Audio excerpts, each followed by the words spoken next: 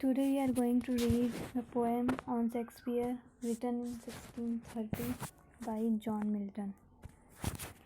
In this poem, the John Milton is showing his tribute towards Shakespeare's death. John Milton इस poem में क्या है, अपना tribute, अपनी श्रद्धांजलि पेश कर रहे हैं शेक्सपियर की डेथ के बाद में. Let's start. What need my Shakespeare for his honored bones? Poet John Milton is saying that Shakespeare did not need any monument for his honored bones or memories.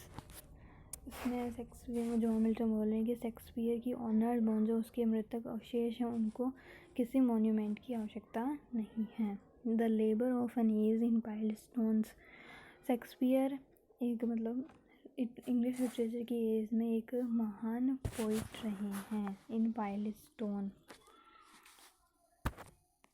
और that his hallowed relic should be hid under a starry ypointing pyramid.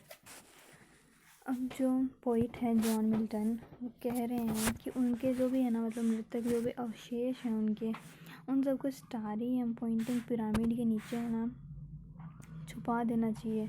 John Milton ऐसा इसलिए कहते हैं क्योंकि Shakespeare की जो personality है वो एक बहुत ही जीनियस टाइप से, इसलिए वो कहते हैं कि उनके जो हैलोड रिलिक्स पवित्र जो मृतक अवशेष हैं उनको किसी पिरामिड, स्टारी या पॉइंटिंग पिरामिड, किसी मॉन्यूमेंट बना के उसके नीचे उनको छुपाया जाए. और हैलोड रिलिक्स का मतलब होता है कि कोई किसी पर्सन की डेथ के बाद में उसकी जो भी काम में आने वाली वस्तुएं हैं उनको एक पिरामिड के नीचे उनको रखते हैं. और उनका ये मानना होता है कि बाद डेथ के बाद में वो व्यक्ति आके उन्हें यूज़ करता है, इसलिए वो उसको एक पिरामिड के नीचे छुपाते हैं. हैलोड रिलिक्स का मतलब ये है. Dear son of memory, great heir of fame. अब जो जॉन मिल्टन है पोइट, वो कहते हैं कि शेक्सपियर तो मेमोरी के सन है, लोग आज भी उनको याद करते हैं. 1600 ईस्वी में उनका जन्म हुआ था और आज 21वीं सदी में भी उनकी पोएम पढ़ी जाती है, उनको याद किया जाता है. Great heir of fame. अब जॉन मिल्टन कहते हैं कि वो एक ग्रेट एयर ऑफ फेम है क्योंकि वो उनके जो प्रतिष्ठा है, उनकी जो प्रसिद्धि है, उसके वो उत्तराधिकारी हैं. उन्होंने अपनी राइटिंग के ज़रिए ही प्रसिद्धि प्राप्त की है. What needs thou such weak witness of thy name. अब जो पोइट है जॉन मिल्टन, वो कह रहे हैं कि उसे, शेक्सपियर को इन वीक विटनेस मॉन्यूमेंट, टूम और ये पिरामिड की आवश्यकता नहीं है उनको याद रखने के लिए, क्योंकि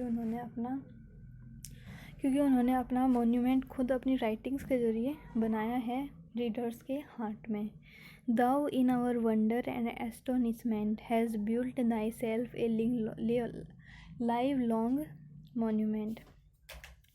अब यहाँ पे जो पोइट है जॉन मिल्टन, वो कह रहे हैं कि उनको इन वीक विटनेस की ज़रूरत नहीं है क्योंकि उन्होंने अपना लिव लॉन्ग मोन्यूमेंट बनाया है अपनी राइटिंग्स के ज़रिए रीडर्स के हार्ट में. For whiles to the shame of slow endeavouring art the easy number flow and that each heart had from the leaves to thy अब जो है ना पोइट, वो कह रहे हैं कि for whiles to the shame of slow endeavouring art. अब वो समय को है ना एंडिवेरिंग आर्ट वास्तुकला को स्लो वीक विटनेस बताते हैं कि ये मॉन्यूमेंट इनके शेक्सपियर की रिमेम्बरिंग के लिए एकदम वीक साइन है क्योंकि ये समय के साथ में नष्ट हो जाते हैं, जबकि उनकी राइटिंग हमेशा रहेगी. फिर वो बोलते हैं the easy number flow and that each heart had from the leaves of thy unvaluable books. अब वो बोलते हैं कि शेक्सपियर की जो राइटिंग्स हैं, उन्होंने इतनी अच्छी अच्छी राइटिंग्स लिखी है कि सबके हार्ट को टच करती है. Had from the leaves of unvalue books.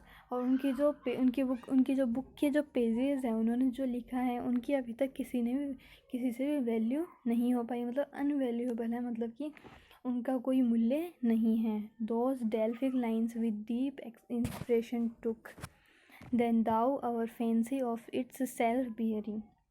अब पोइट बोलते हैं कि दोज डेल्फिक फेमस लाइन्स, उन्होंने जो अपनी फेमस लाइन्स लिखी हैं वो भी डीप इम्प्रेशन के साथ में, उनकी जो फैंसी है, उन्होंने जो कल्पना की है उसके अंदर, of itself bearing. Self bearing का मतलब क्या होता है? To deprive and dissolute of death. कि when we lose the sense of love for self। मतलब जब है ना आप अपने लिए उस लव को मतलब खो देते हैं, तब ये सेल्फ बियरिंग वाली जो स्टेज होती है ये आती है। सो then the poet says, doth make us marble with too much conceiving, and so sculptured in such form does lie, that kings for such a tomb would wish to die। अब वो John Milton बोल रहे हैं कि आपने है ना आप हमें है ना मार्बल बना दिया है, and so sculpture in such form die, जिसके अंदर that the king for such a tomb would wish to die, जिसके अंदर आपने मार्बल बना दिया है, अपना स्वयं का आपने मोन्यूमेंट खुद बनाया है, जिसके अंदर आप लेटे हुए हो, और किंग भी ऐसे एक टूम के लिए मरने के लिए विश करता है। किंग भी है ना चाहता है कि वो मरे तो उसकी जो प्रजा है वो उसे याद रखे। किंग भी ये चाहता है कि उसके मरने के बाद उसकी प्रजा उसे याद रखे। वो ऐसे एक टूम के लिए मरने को विश करता है, एक किंग भी।